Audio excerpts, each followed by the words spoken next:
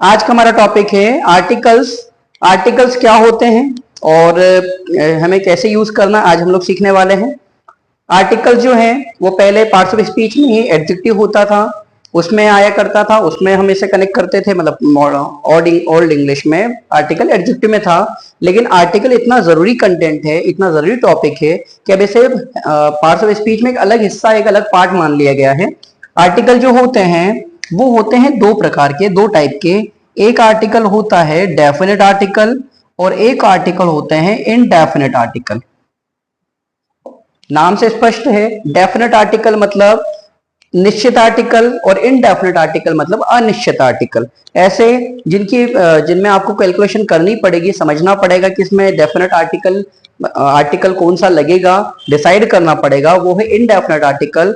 और जिस आर्टिकल में आपको नहीं पता, ज्यादा सोचने की जरूरत नहीं है, फिक्स रहता है, वो रहेगा डेफिनेट आर्टिकल। तो आर्टिकल दो प्रकार के होते हैं, डेफिनेट और इनडेफिनेट। डेफिनेट आर्टिकल होता है द, जिसके लिए आपको ज्यादा सोचना नहीं है, आपको कुछ प्लेस याद रखने हैं कि कहां कहां पर द लगाया जाता है, बस आपको वहीं पर द यूज करना है। कुछ जगह से द बोलते हैं, कुछ जगह से दी बोलते हैं, खैर उसका भी एक साइंटिफिक रीजन होता है, उसको हम लोग द जब सीखेंगे तब उसको हम रीड कर लेंगे और समझ लेंगे क्यों, कब द बोला जाए और कब दी बोला जाए। ऐसे इंडेफिनेट की बात करें तो इंडेफिनेट आर्टिकल में ए आता है और एन आता है, तो आपको खुद से डिसाइड करना पड़ेगा रूल्स के माध्यम से कि कब हमें ए लगाना है और कब हमें एन लगाना है। तो इस तरह से आर्टिकल्स हम लोग अब समझने वाले हैं। अब पहले हम लोग ये देखेंगे कि ए और एन कहां लगाए जाते हैं, क्योंकि डेफिनेट आर्टिकल तो आसान है। अब हमने बात की कि हमें ए और एन यूज करना सीखना है, तो ए यूज करने के लिए 3 रूल्स होते हैं और एन यूज करने के लिए भी 3 रूल्स होते हैं। अब क्या क्या है, तो कुछ ऐसा है कि व्यंजन से शुरू होने वाली संज्ञा से पूर्व, व्यंजन से शुरू होने वाले एकवचन संज्ञा से पूर्व, व्यंजन की ध्वनि में संक्षिप्त रूप जो होते हैं उनसे पूर्व, इस तरह से इधर भी 3 है।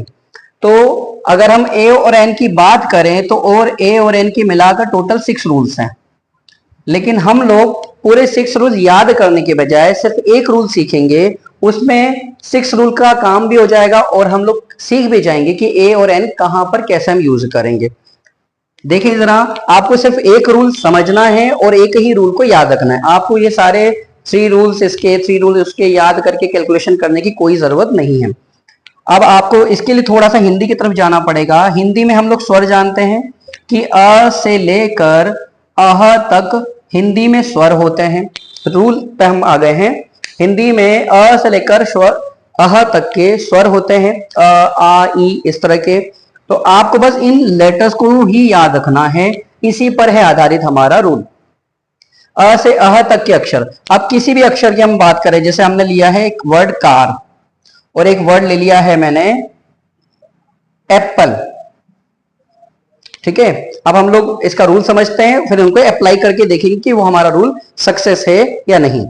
अ से अह तक ऐसे वर्ड्स जिनका प्रोनाउंसिएशन, जिनका उच्चारण अ से अह तक के साउंड में आता है, यानी कि उनकी आवाज, उनकी ध्वनि अ से अह तक में आती है, उसमें आपको लगाना है एन। फिर से सुने, ऐसे स्वर जिनकी ध्वनि, ऐसे वर्ड जिनकी ध्वनि अ से अह तक के स्वर में आती है, उनमें आप लगाएंगे एन। और अगर ऐसे वर्ड हैं जिनकी ध्वनि अ से अह तक में नहीं आती, यानी कि क से लेकर श तक में आती है, तो उसमें आप लगाएंगे ए। अब जरा अप्लाई करके देखते हैं। हमने बोला कि अ से ह तक में अगर साउंड आता है तो हम एन लगाएंगे, नहीं आएगा तो ए लगाएंगे। जैसे अब कार की देखें तो कार का साउंड हम लोग, कार को आप पढ़कर देख लें तो समझ सकते हैं, फिर हम उसको लिख कर देख लेते हैं। तो इसका पहला साउंड क्या है, क। तो क के साउंड से हमें समझ में आ रहा है कि ये अ से अह तक के वाले अक्षर में नहीं आता, यानी कि ये एक स्वर नहीं है, व्यंजन है।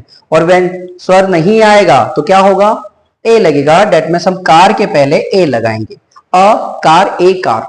इसी प्रकार दूसरा वर्ड ले लेते हैं एप्पल। तो एप्पल को जरा हम लिख कर देख लेते हैं या उच्चारण करके देख लीजिए उसे आप। तो पहला साउंड क्या है इसका, ए। अ से अह तक में ए आता है, डेट मीन्स कि ये एन वाली कैटेगरी में जाएगा, तो एप्पल के पहले आप एन लगाएंगे। कुछ और वर्ड ले लेते हैं, जैसे हमने लिया एमबीए। तो एमबीए वर्ड में हम इसको यदि पहला साउंड देखें तो दिख रहा है हमें एम, लेकिन एम हम जब लिखते हैं तो उसमें ए एडी का यानी अ से लेकर अह तक का अक्षर ही आएगा, तो इसमें भी हम लगाएंगे एन। ऐसे ही कुछ और वर्ड लेके देखते हैं। एक वर्ड हमने जैसे लिया यूटेंसिल, हमने एक वर्ड लिया यूटेंसिल। अब देखने में हमें यहां पर यू दिख रहा है, तो यू को हम अगर लिखेंगे तो कुछ इस तरह से लिखेंगे, और यह जो साउंड होता है ये अ से अह तक में नहीं आता है, मतलब क से श वाले रेंज में है ये, तो हमारा रूल इसमें ट्रू नहीं होता है। डेट में से हम इसमें क्या लगाएंगे, ए लगाएंगे।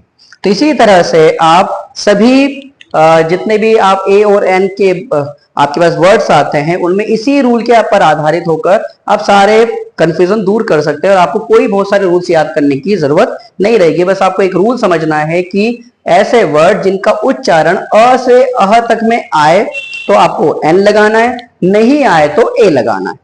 ओके।